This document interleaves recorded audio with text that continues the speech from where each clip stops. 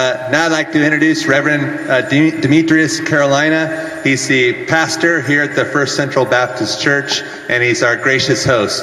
So give a big hand for the Reverend.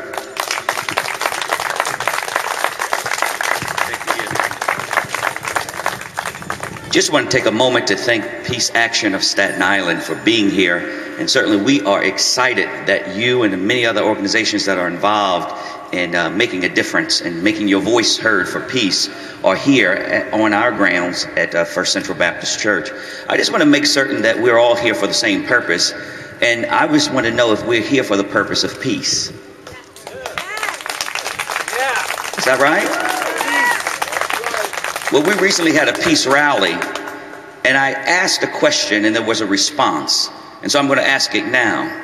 What do we want? Peace. When do we want it? Now. What do we want? Peace. When do we want it? Now. Thank you, thank you. Just 5 minutes, 5 minutes. It is very interesting to me that you have selected this day and this time to have this peace rally. Because most of you, I'm sure, realize 40 years ago, one day from today, the Reverend Dr. Martin Luther King died for the purposes of peace. The backdrop of this rally is that historic and haunting reality that while many other voices were silent, many political, social, religious, and civic leaders were silent, one man, along with many others, spoke out against the injustices that war brings. I'm going to add today that many of the issues, the social, political, and economic inequities that we faced as a nation 40 years ago, we're facing them today. And I want to also caution you that simply talking about peace is not enough. Bad things happen when good people are silent. Bad things happen when inaction occurs.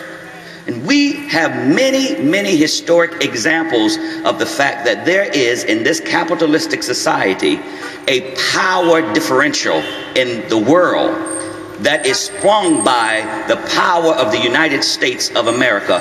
While I am happy to be an American citizen and wouldn't want to be anywhere else, we've got to understand that whenever we use our political, economic, and ideological muscle to strike fear in the rest of this world, that in some way and somehow, that same power that we use against other nations comes back to haunt us in this nation.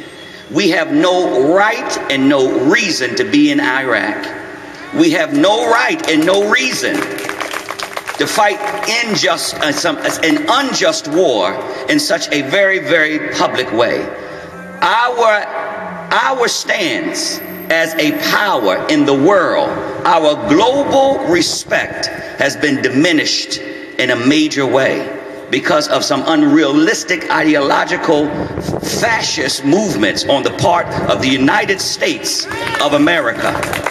And I caution all of our political leaders, George Bush, all of the political leaders on Staten Island, all of our community leaders, all of our religious leaders, to stand up against what is obviously an unjust mechanism, and to stand up and say, no more war, but peace. We want peace, and we want it now.